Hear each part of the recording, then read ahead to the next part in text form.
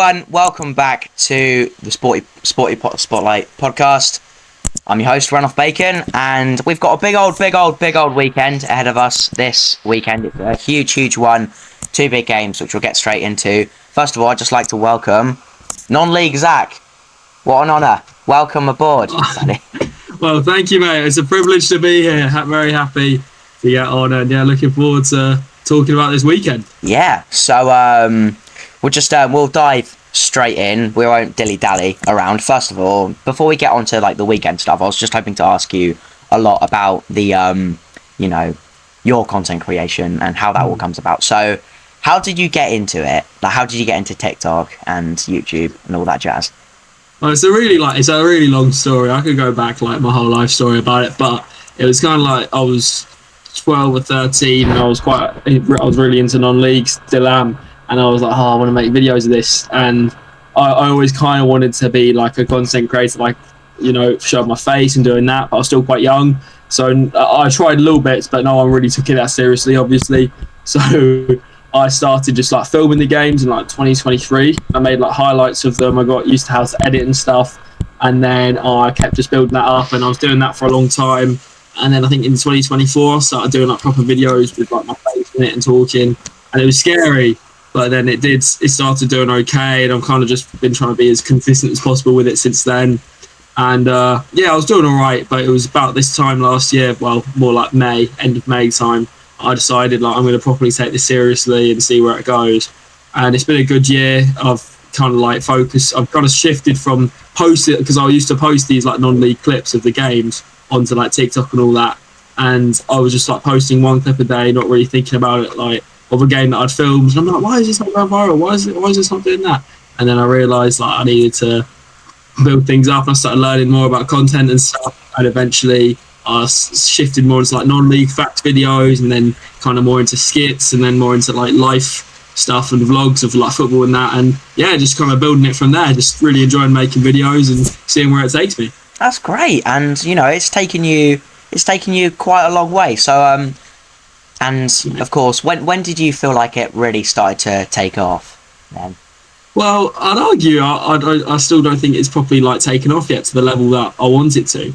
I think I'm very happy with where it is, but I know I've got visions of where I want it to go, and it's not there yet. But that's a good thing, because I really enjoy just the process of doing it, and I think every day is success as long as you turn up. I don't attach myself to the numbers, so if a video does badly, I'm I see what went wrong. I'm like, okay, let's do it again. Let's do something better. But then if a video does well, it's almost never too high, never too low. John Still once said, it's just if you do well, great. Go again tomorrow, or if it doesn't do well, okay, tough luck, go again tomorrow. So it's kind of the same thing. But I feel it was definitely when I started posting consistently, it took a while. It took till I was posting consistently since about May last year, as I said, but it was in about September where I'm not going to miss a day. I think I've literally not missed a day since then. So I've been consistent with it, and I'd say it took. I think it's only kind of now, in the last month or so, that I've kind of realised that, okay, each video is averaging something that I'm quite happy with now, but I really want it to ramp up. So I'd say literally only since I'd say December was a big month, as in views were really good, and I'm like, okay, there could be something here. So that was when I decided to just double down almost. Yeah, I mean, I've had fluctuating views, really. I mean, I've had some really good ones, and then some of them don't average 20. But I actually got to meet Ellis Platten recently. It was at the Whittam Town thing. It was brilliant. That was an absolutely great day. And the one bit of advice he gave me, just keep doing it. Just keep doing it as often as you can, and just keep hacking away, really. And that's all any of us can do. And you've had some really great milestones. I mean, like you said, it hasn't got to the level you're hoping for it to get yet. But it's it's like an endless video game, really.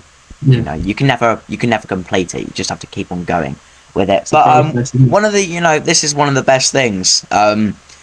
You've got to do some of the things that us content creators could only dream of, and also you represented us 16-year-olds in a Chris MD video. That's such an honor, and yeah, he's one of the biggest ones out there. And so yeah, what was that like? And how I saw the video, like how it came about, but it just seemed surreal. Yeah, it was, as in like, it was really weird because I'm such a big like Chris MD fan, as in like I've never been wildly like, I love watching YouTube and stuff, and for me it was always like the Sidemen. I think KSI in particular I love, and Chris MD. They were kind of like the main three for me. It's in channels that I always watch like consistently. I think Chris MD was the first like YouTube football channel that I started watching. And even like last year, talking about like YouTube raps and everything. Not because I watched the video like 1,000 times. I think I've only watched it about 3 times. But yeah, it was just surreal because I was that day. I was literally, well, I don't know if it was that day, but it was right before that. I was watching one of his videos, and I'm like, man, like how sick would that be?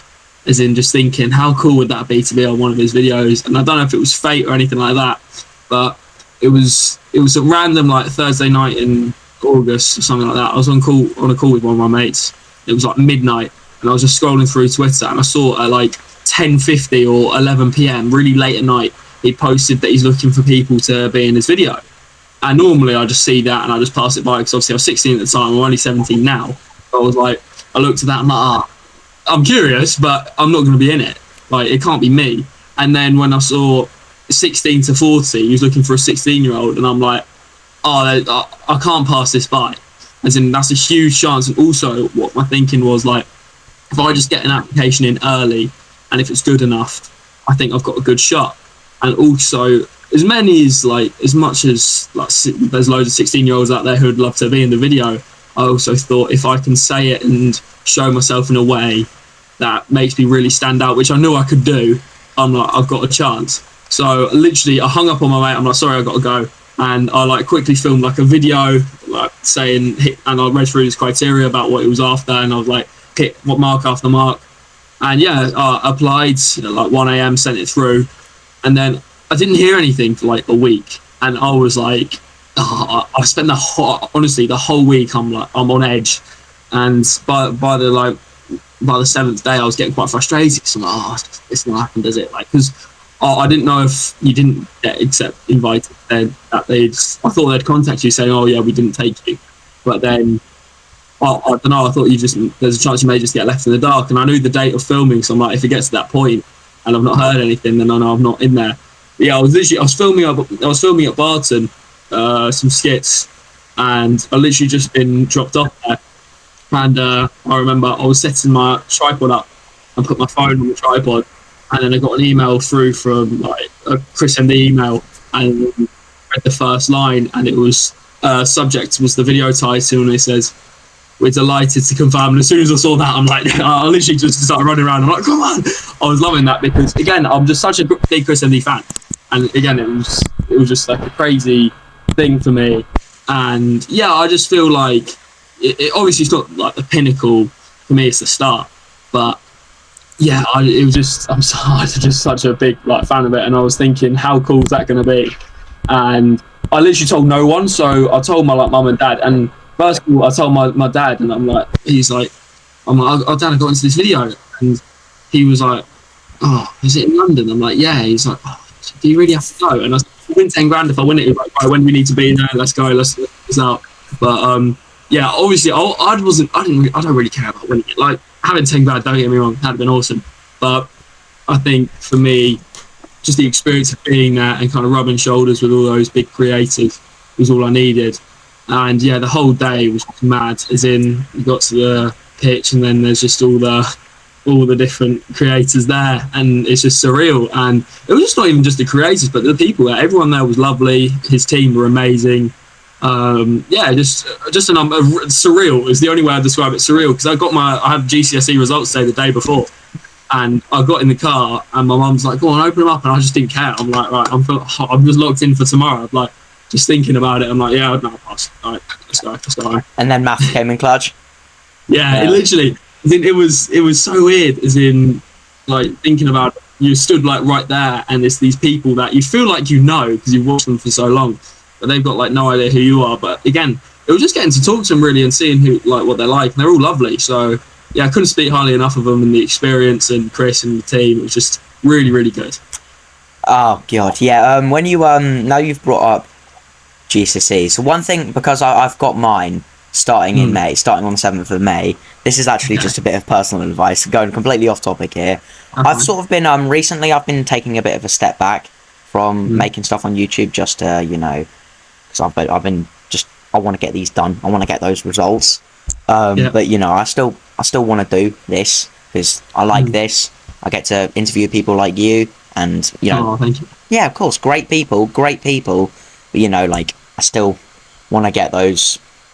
I still want to work hard though, and on the other side of things. So, how did you balance this and that during exam season? Then, in all honesty, I didn't. As in, I should have studied more than I did, because it was weird, because everyone's different. Obviously I don't know what you're like in school, what your grades are like, but for me, I was just the most average student ever. I still am, because I got A levels next year. I got A level mocks in a week, but I'm like, I was so average at everything, and I was confident I'd pass, because I don't care. For me, I don't really, I'm not that fussed about grades. So I'm like, if I get a 9, great. If I get a 4, fine. Both to pass. Like, I'm not bothered. But I'm not bothered, really. I'm not bothered. But yeah, I just I was going into it, and I was revising a fair bit, because I stopped kind of like posting as consistently around February, March time, because I knew I needed to focus on exams. And I was doing fine until we got I was only like 1 week into exams, and I revised for the first one. I revised for the wrong one. I did a triple paper when I should have revised just the normal one. And then for the second one, I thought it was, for a second science one, I studied physics when it was biology. Like, I was just an absolute state, as in I'm terrible at revising, because I can't focus. Like, when I'm sat here, I just think content. What videos am I going to make? I don't think, right, business revision. Even though I find it interesting, like business and stuff, I just can't focus on it for more than 5 minutes. Yeah, I got to like the second week of exams, and I'm like, you know what? Screw it, I'm just going to channel energy into videos. And I was pretty confident with how the exams had gone. I'm not recommending that, by the way. I wouldn't do that, but that's what I did, and I got away with it. And in a way, that was probably one of the better decisions I've made, because as a result of that, I realised, like, how about I just really work hard on the content stuff, and see where it goes. And I was on like 1.5k on TikTok this time last year, absolutely stalling. And I hit 10k recently, and I'm just, again, that's not like, again, it's still not quite where I want to be yet, but I'm happy with that growth. And what I'd say to you is definitely revise hard, and like, because you want to get these grades, but also they just don't define you at all. As in, it really doesn't matter that much. Like, they'll say like, oh, this is so important, yada yada yada. But I think with all exams, it's a letter or a number on a piece of paper. And I think the real success would be knowing that if you gave it everything or revised as hard as you could, then that's the real win. So I'd suggest that. Thank you. Of course. That's all right. It's motivational speaking. Of course. I'll take that, and I'll next time I'm in a dressing room, hopefully I'll recite that as well. I'll repeat those words. Go for it, honestly. Yeah. So before we get on to the non-league stuff, I've got a few, burning non-league ones. So you get to go pitch side at Kenilworth Road for home games, and you literally get to work for your own football club. That's the greatest thing in the world, in my opinion. Yeah. It seems like such an honour, and also getting to be part of your own team's kit launch as well. That is, yeah, it's brilliant. It's all a bit crazy, because again, I started writing in the programme at Luton when I was 12, so it's like I've been at it for a while, and my first kind of interest in media was like writing, and then it kind of developed into video. And I'm still doing the writing, so most people don't know it, but I still write 3 pages in the programme every week. Most people have no idea. And yeah, it's again, that's not much. I do that for enjoyment, and I do the media stuff for enjoyment as well, and for the experience. But yeah, it's surreal. As in, I'm trying to know how it came about. I was just I'd already kind of like knew 1 or 2 of the media guys, so I was like sending them the programme stuff, and then I also kind of knew them from various other things as well. Just like links of someone because of yada yada yada. But yeah, it was in the summer after we got relegated from the Prem. I started, obviously that was around the time I started making more videos, and I made one of like going to a non-league game. It was kind of like a vlog type of thing where I was showing quite a bit of personality like normal. That's when I first started like taking the vlogs a bit seriously, and video did all right. And I just sent it to them saying, "Oh, what do you think? Do you reckon I could do this for a Luton game?" And then I was expecting, because I'll be honest, at this time I was desperate to like get involved and just get the experience, because also being in the Prem, imagine working media for Luton when we're in the Prem, that would have been surreal. But again, I was just desperate to get into experience, and I was suggesting all sorts of things, and most of the time, again, this isn't on the media team, but it was like, no, we can't do that, can't do that, can't do that. But I was about 15, and then eventually they said, okay, yeah, like, go on, make a video for us, because away at Portsmouth, well, no, at home against Burnley it was first, and we got battered 4-1. So I made this video, and they're like, "That's good, but we're not going to post it because we lost. So do one for the away game at Portsmouth next week." And we drew 0-0, but it was kind of a good 0-0 because our keeper got sent off after 30 minutes, and we managed to cling on to a point. And it was probably a sign of things to come. But and then didn't James Shea have a blinder or something? Yeah, he did. So it was a really good game, and obviously I'm a big James Shea fan, and the away end was good, and it was a good video, and I sent it to them. And I went from the Portsmouth game to my grandparents who live kind of close by, and then from there I went for the rest of the weekend, I then went down to like Torquay and Weymouth for a bit of a family holiday for a couple of days. And then whilst I was in a Sainsbury's in Torquay, I got a message from like the media guy saying, "Oh yeah, hi mate, we've posted it now." And I opened my Instagram, and just like everyone's like, what are you doing on there? What are you doing on there? Because it was just like a normal vlog that I'd post just on the Luton account. So I was like in disbelief seeing that in the flipping crisp aisle at Sainsbury's. I'm like, what's going on? And yeah, it was wild, and I wasn't expecting much more from it. But then the media guy invited me in to have like a look around, see the next home game, see how the media stuff works. So I was like, yeah, absolutely, I'll come have a look around. I don't know if they'd planned this before or what, but after they were like, all right, come back again next week. And I thought it was just a one-off thing.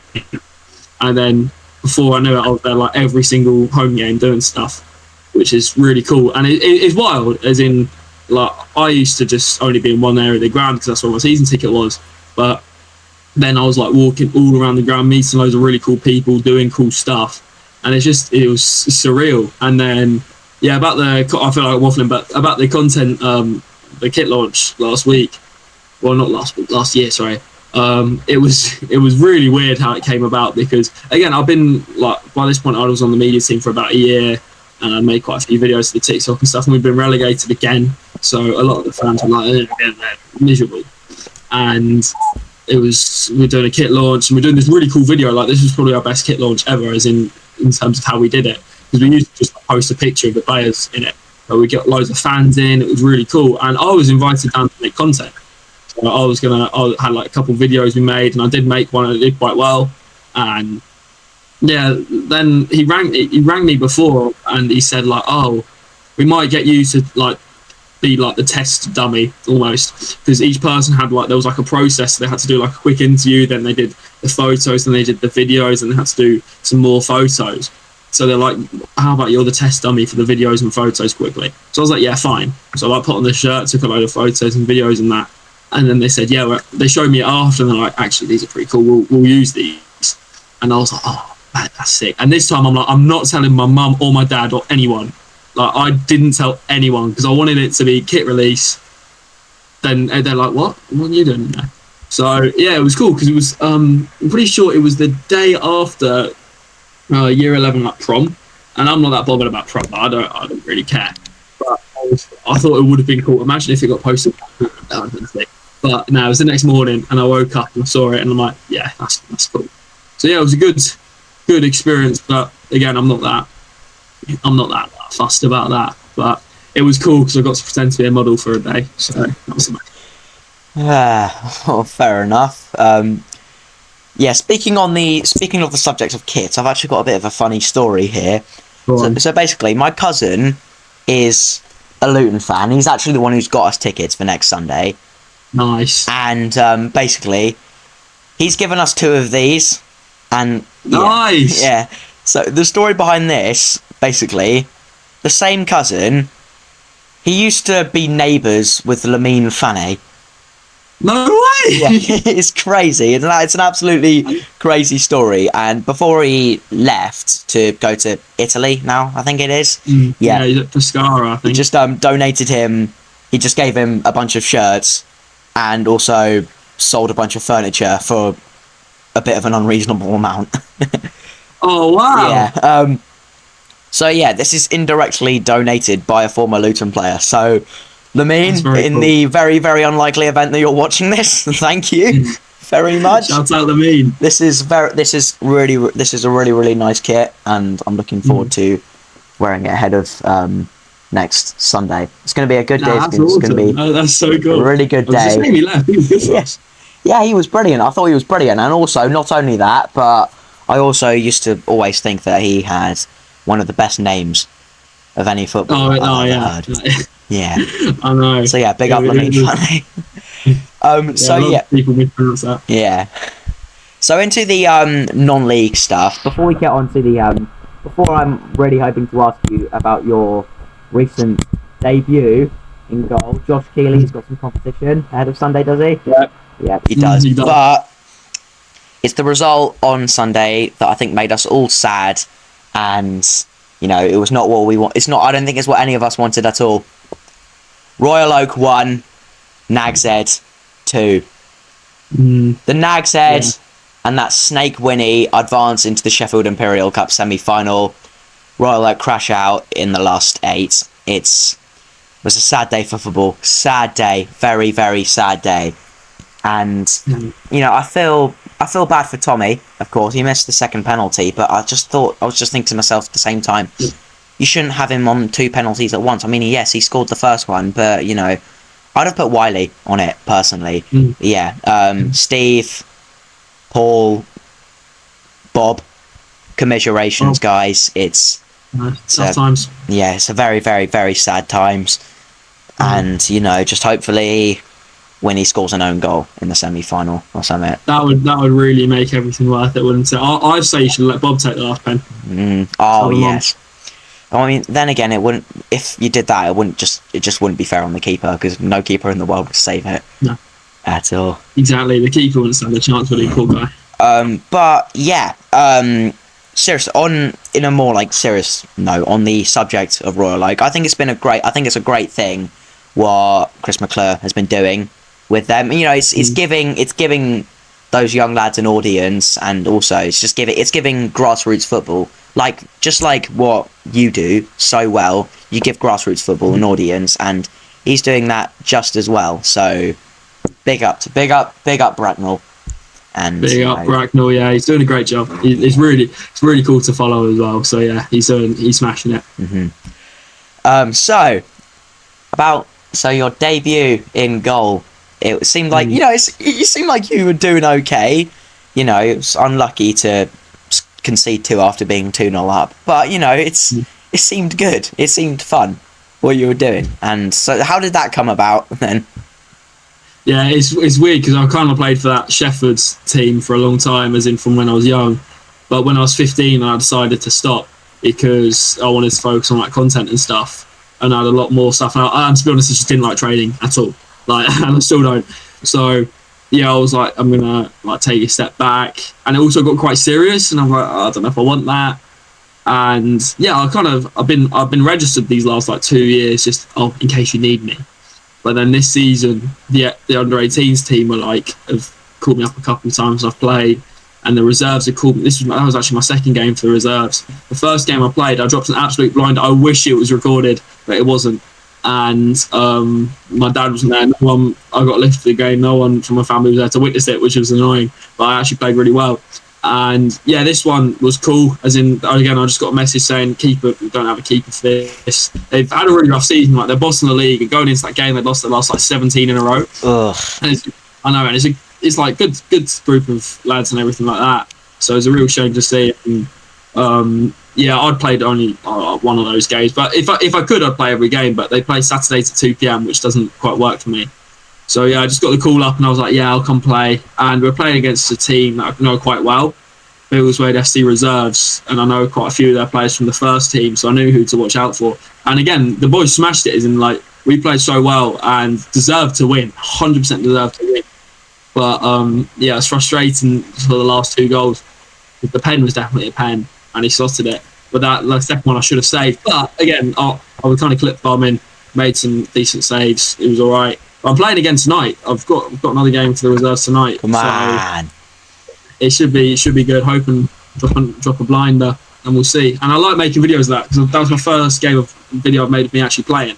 So I've got this kind of like gimmick of that I'm terrible at football on my channel, and I think it's fun. But then when I'm at playing in goal, that's like when I take it more seriously. But I still enjoy it. Like I love playing in goal, but that's where I'm like, okay, like it's a gimmick. It's a gimmick, guys. So yeah. I mean, yeah, I used to play in goal every now and then. No. It was fun. It was fun. I mean, I really wasn't great. And in fact, the old team I used to play for, I won't name. You know, I was doing okay. But the thing is, though, their other goalkeeper, I'm not going to name him because I don't want anyone coming after me. Let's just say, not only was, he conceded, I mean, it's easy to concede a lot of goals that you should save. I mean, just as you said, he did that quite often, and he was 4'11", something like that. Oh, okay. But his friend, his mum, his parents were friends with the coach, so I never got in. Rigged. Yeah, it is rigged. Disgraceful. The game's gone. The game is fully gone, mate. Yeah. Fully gone. But yeah, it's great what you do at Barton. All those skits, they're really funny. They're fun to watch. Just sometimes when I'm occasionally scrolling and then you come along, I do tend to just click on the main profile, just scroll through them. And also, can I just say that Thogden one that you did, that impression was uncannily accurate. Oh no! Oh, thank you. Yeah, it's weird because at the time I remember seeing kind of like John Nellis was posting these really good videos, like original ideas, and Thogden was just literally just like I used to really like Thogden, and I still like. I don't mind him. I haven't got anything against him personally, but I used to really like his videos when he did like Bolton vlogs and even some of his other vlogs. I thought they were good. But then he kind of had a bit of a change in his content style and his own like thing, and I'm not a fan of it at all. And when we played Bolton in the FA Cup, he did the typical thing. He branded Kenilworth Road as the worst ground in the world, and it was like outside the away. And I'm like, mate, get a grip. Yeah. And yeah, since then I've had not a grudge, but I've not been like too keen on him and his content. And again, it's nothing personal. It's just like I just think he's a big creator. He doesn't need to like leech off other people's videos word for word and copy them. He can do his own stuff. Like he's got the time, he's got the facilities to do it, and the audience. He's got a huge audience. So yeah, I think there was one video where it was like John Nellis was like wearing iPhones as shin pads, and then Thogden released a video which was the exact same. Yeah. And that rattled me. And I actually, I was like, right, I'm gonna do something here. And our mate went down to the Barton, filmed a video. It was really hot and sunny, like you can see on the pitch. It's literally like sandy. And then if you see some of the videos I filmed in December, it's a bog. But in the summer, it was like sandy and nice. And I'm like, right, let's just have a bit of fun here. And after watching it back, it kind of scared me how good it was, as in the impression. I don't normally do impressions that well, but that one I just smashed it. I don't know why. And as soon as I posted, I'm like, that's going to do quite well. And it like did really, really well. And then everyone's commenting like, "Oh, are you Thogden? Oh, it's bro Thogden, yada yada yada." And still haven't escaped it. I still have comments saying like, "Oh, you're Thogden, you're Thogden." And John Nellis actually commented on it, and he was like twice actually. The greatest. And when he was on the Chris ND shoot as well, so when he was there, I told him like, "Do you remember me? I'm the guy." And he was actually like sad, and he was so nice. Like he was one that I spoke to most, I'd say. And he was like amazing. I think he follows me on Instagram now as well, which is unbelievable. And yeah, he was really cool. And the video itself did really well. And again, I haven't escaped the Thogden names yet. Like I still get called that all the time. And yeah, it did well. And then I did another one because I think after that, the JSM, the City fan. I think so. Oh yeah, I do, the ginger one. Yeah, him. Yeah. After that, I went to. I got sent a video of his, and I couldn't see it, and I realised he blocked me. I don't know why. I never liked his videos or whatever. I never commented, but I've been blocked. So I don't know if he saw the Thogden video and was like, right, I'm next. I've got to block him quick. Oh no, I'm going to do one anyway. And that one banged as well. That one got 1 million views too. But I know that's not what I want my brand to brand to be. I don't want to be like, you know, just slating other creators and people. I don't want that to be me. So even if I could do another Fogden impression, I know it could do really, really well. Maybe, who knows? But I don't want to do that. Like, I don't. That's not who I am. I mean, yeah, it was good that you. I think it was really good that you brought up John Nellis, because some of the stuff he's done, that, you know, this is the sort of thing that Thogden should take an example from. Like, for example, last season there was that video when John bought everyone at Portsmouth pies. I mean, that was brilliant. You know, he did that out of his own pocket, and it was out of the kindness of his heart, and I really, really respect him for that. So yeah, I really hope he does. I'd honestly just love to get Newcastle in the cup, just specifically so he could come to Carrow Road. I'd happily have him. And yeah, and you know, the thing you said about what Thogden said, slating Kenilworth Road, that gets right into my next point, actually, because everyone, you know, a lot of people, I'm not saying that, you know, I shouldn't say everyone because that's a generalisation, so many people call Kenilworth Road a weird ground, and, you know, it's got its nooks and crannies, but anyone who's been there knows that it's a proper ground. You know, it's the sort of ground that we don't have enough of, especially in the Football League anymore. I mean, you've got plenty of good grounds in League One and League Two in the Championship, but, you know, I don't think any compare really to the Kenny, and I really do hope I'm able to go there again at some point, because I'm going to be sad to see it go. It's a proper old school ground, and it does not deserve the reputation that it has, in my opinion. Yeah, no, I agree. It's a really cool ground, and it's just so unique. And that's the thing, like, it's not the best, obviously, but it's when people just like brand it as the worst, because it's not the worst. It's just different, as in, like, it's cool. And once you experience it, then you'll think differently about it. Like, it's so weird. After every like away game, we have a load of like fans come to our ground. The away fans come to our ground, and half of them, well, most of them are like, "Oh, that was amazing. That's proper football, proper away end. Like, I love it. Love coming to Kenilworth Road. Oh, it's so good." And then you've got another like chunk who come and they're like, "Oh, that's the worst experience I've had at the football. Like, it's the worst ground. I hated it. Yada yada yada." So yeah, it's weird because it's definitely divides people, but whilst we're still here, just appreciate it for what it is, because it's been our ground since the early 1900s, and we've been looking to move since the 1930s. That was the first time we looked to move away, and we're still there. So I think it's I just think people should appreciate it and enjoy it whilst it's still about, because it's football. Like, it's proper football in the UK, as in it kind of reflects that. Yeah, of course, absolutely. So now we'll get on to the big stuff ahead of the weekend. We'll go over all the Luton stuff first. So Peterborough and Wimbledon seemed like two good results. Huge big up to the Refu Geezer as well for the second one. I don't know if you got the chance to meet him, but he's an absolutely class. I was looking out for him. Yeah, I was looking out for him. I didn't see him. Yeah, it's a shame, but you know, if you do get to talk to him at some point, lovely guy, really, really nice guy. But yeah, two good wins, and you know, going into what is a big game, of course, big cup final. So how did you feel about those two results then? Very good. Yeah, the Peterborough game we played quite well, and then at the end it got a little bit shaky, but it was fine. As in, most of our fans have kind of accepted that we're probably not going to do anything in the league this season. As in the last kind of couple of games, we've kind of found our groove a bit. But it's frustrating because this season we really should minimum be in the playoffs with the squad we've got, and it's been quite underwhelming at times, as in we've been hovering around mid-table literally all season. And yeah, we've just had a lot of players who haven't quite been at it, and it's only kind of now we found a bit of a settled team who are consistently performing. But yeah, we had a bit of a wobble in February and January, but then we've kind of recovered from it. So everyone was really happy after the Peterborough game, played quite well there. But the Wimbledon game, that's the best we've played all season, I'd say. As in, all round, just really, really solid. Got some players in banging form, and that's the football we should have been playing all season. And if we're playing like that all season, we'd be in the promotion race. But unfortunately, we've left it a little bit late for playoffs. It's still on, like, we can still do it, but it's going to take a really, really special run at the end, which we can do, but most fans have kind of accepted that it's probably not going to happen. But in a way, that's what made this Sunday so important, is in making it to a final at Wembley. Especially if we win it, makes the season kind of semi-acceptable. As in, a lot of our fans have been really angry about the season, and we've had some really tough days.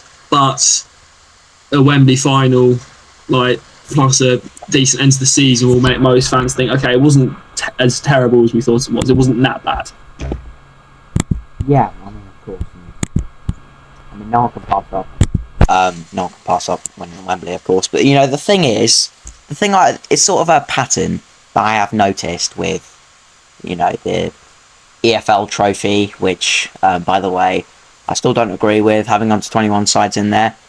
Bring back I don't like that. Yeah, bring back Johnson's paint. But the thing is, though, like, a lot of the teams that win it don't tend to get promoted. Because there's I mean, just a completely random example.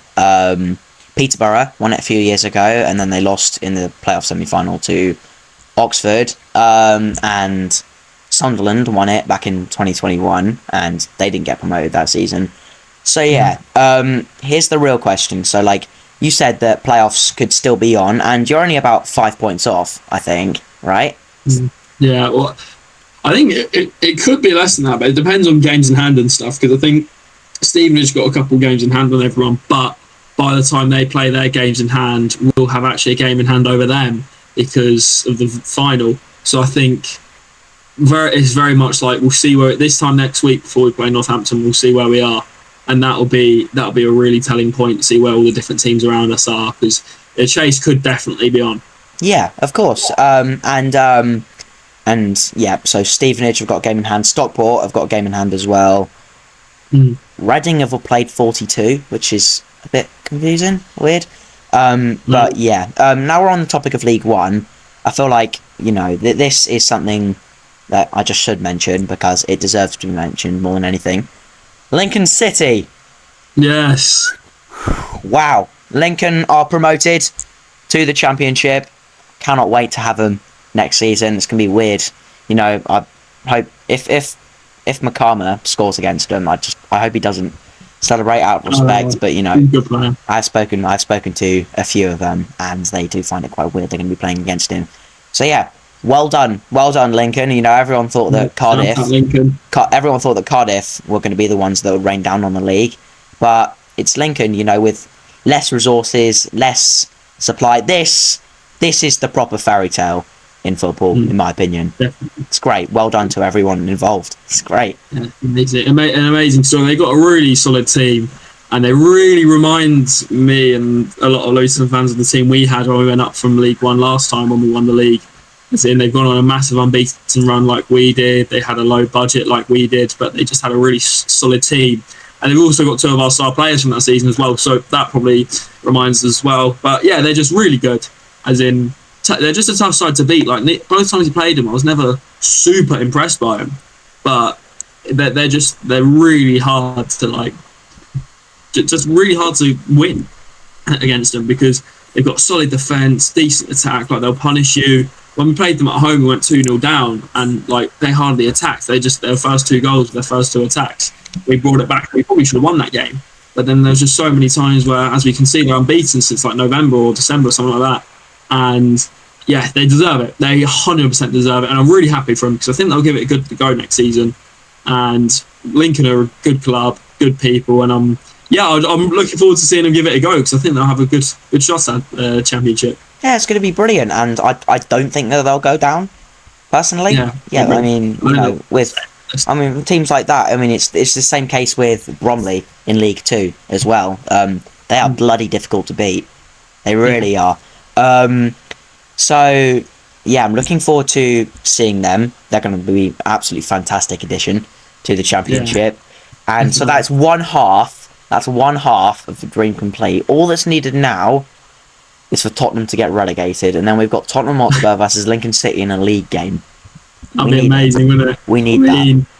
It would be so funny, just so funny, because for me, it's just thinking about it from the perspective of not just Tottenham being the huge club that they are. Well, they're a huge club, but they're not as huge as they think they are a lot of the time. But I think, look at their stadium, right? Literally a super stadium, one of the best in the world, and it's just unreal. And then I've been to Lincoln's ground. No offense, it's very different. And I think the Tottenham fans will get a big reality check. And if they do go down, I've got a sneaky feeling Lincoln would probably get a result against them. As in, it's the way football goes, isn't it? So, yeah, it's just I'm not hoping on Tottenham to go down. I think it'll be funny, and it'll be really funny for the Championship to have a Tottenham in there. Yeah. But at the same time, I don't know. I think I've actually got a feeling it really could happen, because as we've seen with relegations, like, I don't want to keep referring back to Luton, but last season we probably had a squad who thought they were too good for the league, and we ended up going down. So for Tottenham, you may think it's really dangerous to assume, oh, we'll be fine, oh, we'll pull it together.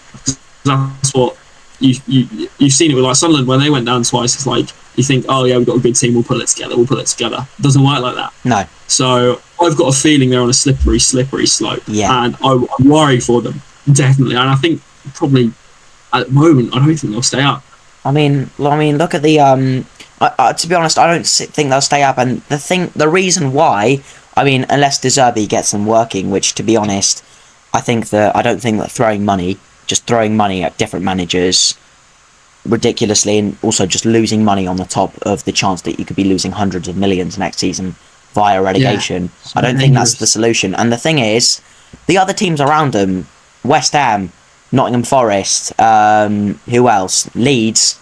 Those three look like team. They look like football teams. I mean, they're fighting for it. Yeah, look at West Ham this weekend. I thought that they played, of course they went out of the cup, but I thought they played very well. Did extremely well to get back into it afterwards, and that shows the togetherness that Nuno has got within that group. And Spurs don't have that. They just don't. They really don't. I mean, they had a 6-pointer against Forest the other week, and they got slapped 3-0. Yeah, exactly. And so that is why I can see it being them. And it would genuinely. I've got a mate who's a Tottenham fan. And he told me it would just be the kick up the arse that they need as a club. Yeah, it might not be the worst thing for them, especially, but they need to bounce back quickly. But financially, it'll be awful. But then, like, I think morally, for Tottenham fans and the club, it will kind of give them a reality check that they need. And it'll be like, okay, we're not as superior as we thought. And it'll be a really good reality check when they're losing against Lincoln City. That'll be good.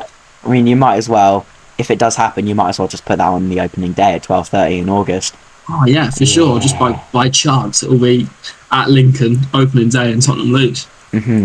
But yeah, back to the Championship. Before we get on to the point which I'd really like to get onto, there is one team we need to talk about. Lost this in like a year ago today, well, August, September time. This lot looked dead and buried, and now, by a landslide, they are the best team in the second tier. Southampton are cooking. Tondereka is cooking. So we could talk all about that Wrexham game last night, but we really need to talk about that Arsenal game, because that was some of the best football I've ever watched. I said it when I was watching it, when I just thought to myself, Gyökeres has scored, they're going to bring on Shea Charles, he's going to win it for him. And look what he did, because this team has so much togetherness. I mean, look at these players. Flynn Downs, Carl Larin, Ross Stewart is on fire at the moment. Finn Azad, who still annoys me because he just loves a goal against us. He always scores against us every time we play against him. But Tondereka, everyone was talking about, Norwich this, Norwich that. Norwich are such a good team right now. But Southampton have been better. Southampton have been miles better than us, in my opinion. And that's not me trying to downplay anything that Philippe Clement has done for us, because I'm extremely grateful to him and I wouldn't change a thing. Well. But Southampton deserve to be in the top 6 right now, and they look like something else. As for Arsenal, I'll just bring up my point about Arsenal on that Saturday night. I thought they were terrible. I thought they were horrific. You've got players that are on 280 grand a week, and you've got a 16-year-old, someone who's younger than me.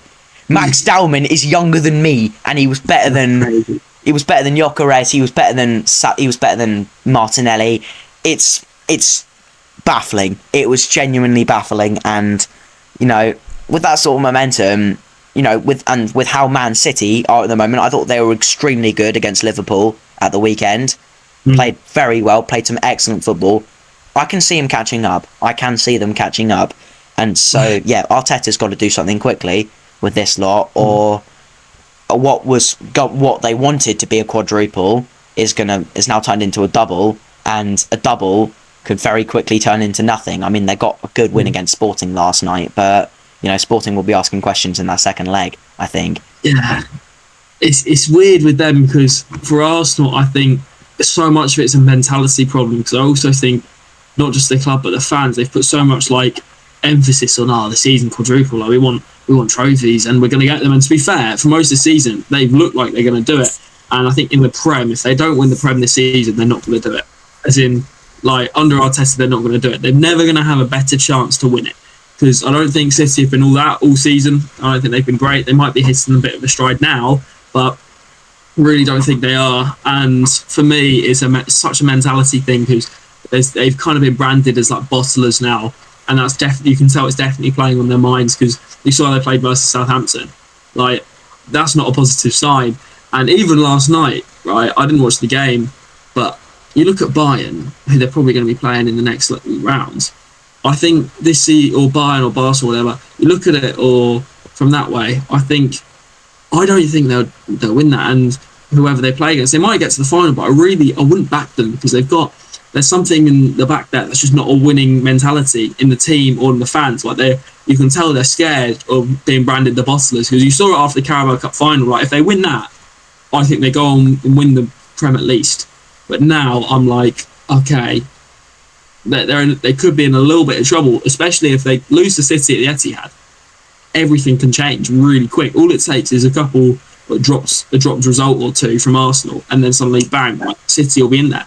So yeah, I'm very interested to see how that pans out, because if they don't come away with at least one trophy, because I don't see them winning the Champions League personally. They could do, but I don't see it. It's the Prem for me. If they don't win the Prem this season now, get Arteta one. Yeah, absolutely. But yeah, big well done to, if you've been following like closely, of course you've been very invested with League One. How do you feel about like what Southampton have been doing? On to their positive point, because like, of course that was where my point started, and then I went into a bit of an Arsenal rant. But yeah. How do you feel about like how they've been, coming back from the dead, pretty much?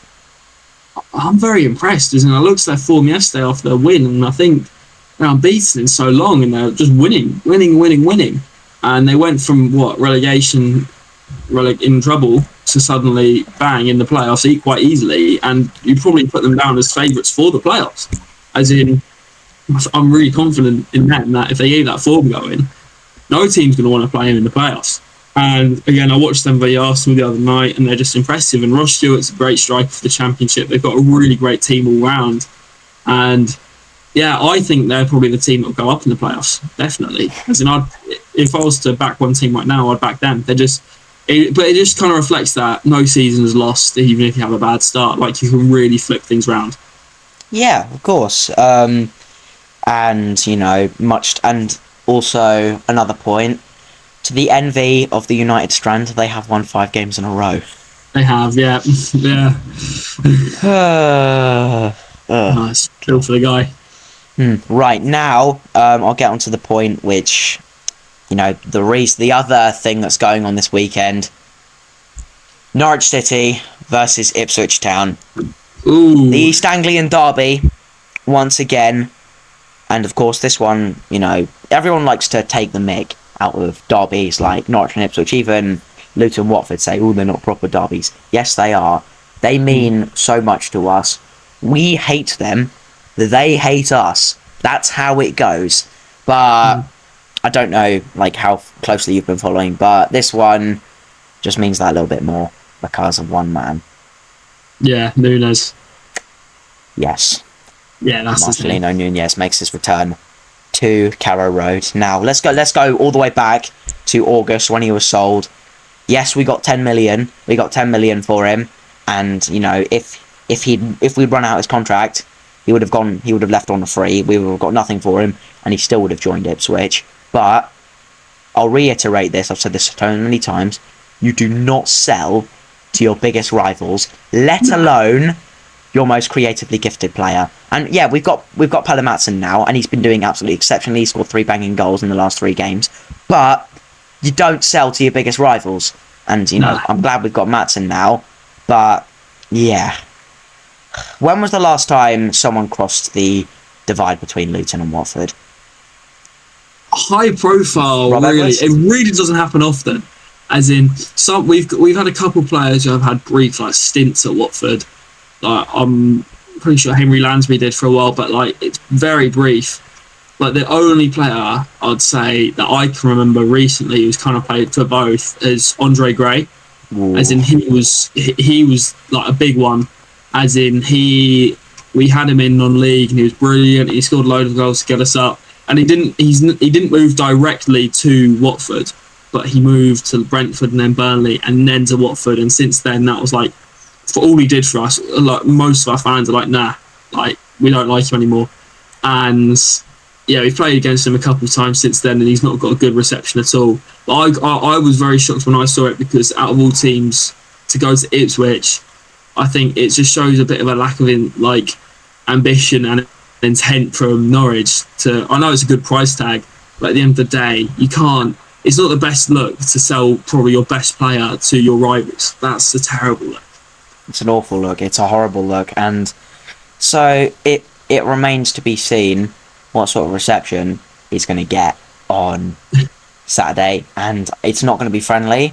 I've got a couple of chants in mind that I've sort of like slowly started to make up, and when I get to the big meet, and also I've actually got some volunteering on Friday, which is helping to set up the tifo for the game the next day, so that's going to be absolutely brilliant. Big up, One City strong. Yeah, he's aside from him, this one just means everything, because last time in the last East Anglian derby, 5th of October, Norwich, we were awful. We were terrible. We didn't deserve anything from that game, and in my opinion, Liam Manning should have been sacked after that, and he wasn't. But you know, Philippe Clement's come in. We're a good team. We're kicking now. We just beat Millwall. We've beaten Coventry. We can beat we've shown the teams around the top end of the table that we're capable of special stuff, and this one is just completely different, because you know Ipswich, they're high flying right now, but at the same time they still look shaky in my opinion in a lot of times. Like for example, I don't think that they deserved 3 points against Birmingham. I thought Birmingham deserved the point. I think that was a goal in my opinion. But yeah, it just remains to be seen. This means everything. We've already lost that 16-year streak, but it's us against them. Like in any derby, league form goes out of the window, but because of our form and because of the character that we've been showing recently, this time round I've got confidence. I've got real confidence ahead of this one, and you know we've already beaten Millwall, so we've technically done them a favour, so I feel like we sort of owe Millwall a bit of a favour now. So how do you feel like about how Clement has been doing? If you've been following that closely at all, how do you feel like about how he's been able to rebuild Norwich from the ground up, quite literally, because we're 9 points from the point of them? Well, I think he's done a really good job. Like one of my mates is a Norwich fan, so and he talks about Norwich a lot, so I'm kind of like in the loop of what's been going on. And yeah, I think he's doing a great job. Like Norwich were, I know you're in a terrible spot, but you were never going to go down. As in, it was never going to be a situation where you weren't going to pull it together.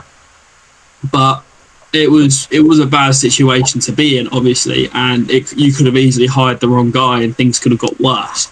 But again, Clement's a great manager, and I think he's done a really good job to drag you up the table, and that's what you needed this season. Just get away from the relegation zone and just settle, and next season could build, and that's where you'll really see what it's like. But yeah, it's just positives, really, as in he's just done really well. He's kind of given you a bit of a style back, got some players firing that weren't quite firing before, and yeah, just really, really good all round. And I think next season he'll definitely be one to watch. Yeah, it will certainly remain to be seen. But you know, at the same time though, I am annoyed that we didn't appoint him at the start of the season, because if we appointed him at the start of the season, I think we'd be in the title race. Personally, I really do. And you know, the competition of the championship is always high, but this season I feel like it's dipped a little bit, which is, you know, I mean, we look at Stoke. I mean, they looked like they were in an automatics race, and now they've completely fallen off. Yeah, capitulated. Yeah. Yeah, it's I still wouldn't change anything, because the least that, you know, I mean, playoffs is now definitely probably a step too far at this stage in the season, of course. I mean, it's still mathematically possible. But yeah, of course. But I still wouldn't change anything, because Clement has given us belief. He's given us belief again, and that's the least he could do. And I've got so much of that right now. I mean, just like in you know, it's the hope that kills you. I think it's the hope that doesn't kill you. Just I'm pulling out Ted Lasso quotes now. Nice. Yeah, of course, had to be done. But yeah, I still wouldn't change a thing, because I'm so proud of these boys, and just I hope they keep making us proud up until the end of the season, because there's been so much resilience. I mean, some of these players, like take Anis Ben Soleimani, at the start of last August, if we had the chance to sell him, I would have just said, sure, get him off our payroll. But Clement has just completely transformed him. I mean, it started with Walsall at home. Yes, that was against a League Two team, and I think everyone had a good game that day. But then the next week at Wrexham, he went on. I really didn't think we were gonna. I really was like unsure overall whether we get anything there. But he scored, and we won. And I think that's just when it started, really. That's when the revolution really started. We were already looking solid before, but, you know, I can't wait for next season. I do get the impression that a lot of our boys are in trust of the project, and long may it continue. Next season is going to be a big one. Something to look forward to. Of course. And another thing, which I'll just before we close off, the deal is nearly over now. But if you're looking for any football stickers at all, I'd highly recommend these guys. FC stickers, great prices, and so this is a pretty good case as well. I got this for £1, and yeah, these are fantastic. I love these, and I'm just glad I was able to stock up ahead of Derby Day. So yeah, if anyone's looking for any, then, and also they've got a huge amount in the Luton range. Yeah, link in the description below, and I'll just leave that on the screen just for you to see. Oh no. Yep, that's Delia. Delia and Edge. Oh, okay. Yeah. Interesting. So yeah, that is more or less probably all we've got time for. Big double header this weekend. Make sure to look out for that. And yeah, really hope it's a successful one. I've got a party on Saturday night as well, so hopefully I'm not arriving. Active. Hopefully I'm not arriving with my cousin too like worn out. You know. Yeah. See that. It's gonna be a great one. So yeah, thank you very much for watching. I hope you have enjoyed. Please do make sure to like and subscribe. Zach, thank you very much for coming on today. It's been an absolute pleasure. My pleasure. It's been brilliant. Right. Link in the description below to all of your stuff. Make sure to go and subscribe to him. Get him to he's at 10k now. Get him to 20k. Come on, let's do it. Let's do it. Get it done. Right. Okay. Thank you very much for tuning in, and we'll see you all again very, very soon.